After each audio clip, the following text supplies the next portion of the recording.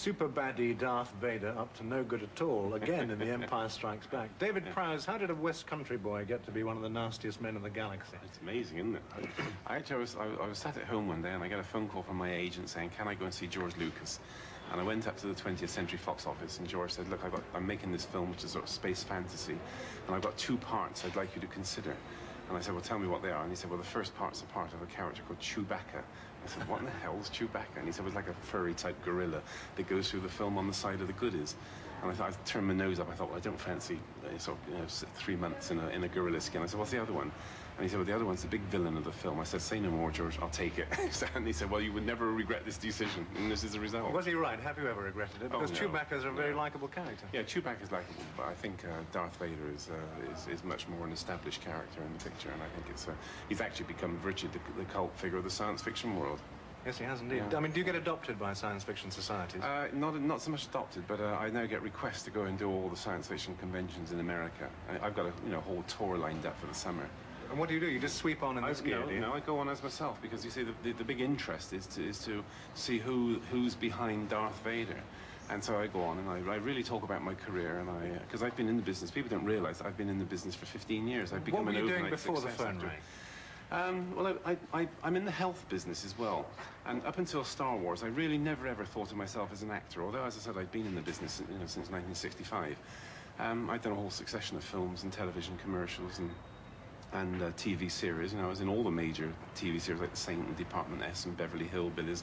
And as I said, I've done about 20-odd films before Star Wars came along. I did things like Clockwork Orange and Up the Chastity Belt, Up Pompeii, Casino Royale. And of course you're the Green Cross man, aren't you? And the Green Cross man. How tall are you? Well, I'm 6'6" and I weigh about 19 stone.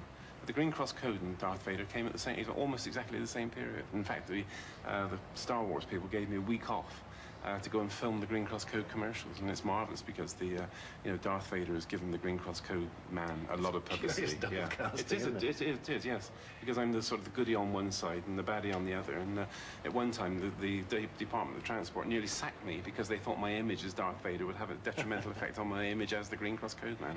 It strikes me that wearing this mask, you can't see a heck of a lot, can you? No, you have terrible vision problems. Number one, they put darkened lenses in. And of course, because of the shape of the mask, you really can't see anything further than about sort of 10 feet in front of you on the floor. So your vision really starts at about 10 feet away, so you can't see steps and things in front of you. My vision, most of my vision downwards, it comes out of this breathing hole just there, which is like a Gauls affair.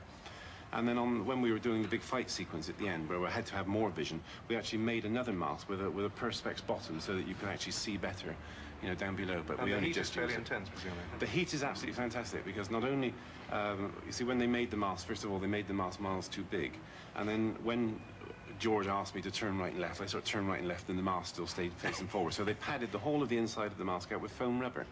And of course that made you perspire even more, and the least bit of exertion, the eyepiece is messed up, and you have to stop everything and clean out the eyepieces and see where you're going. And I said in the big fight sequence at the end, you'd walk through the set and then have to be led back by 3 people.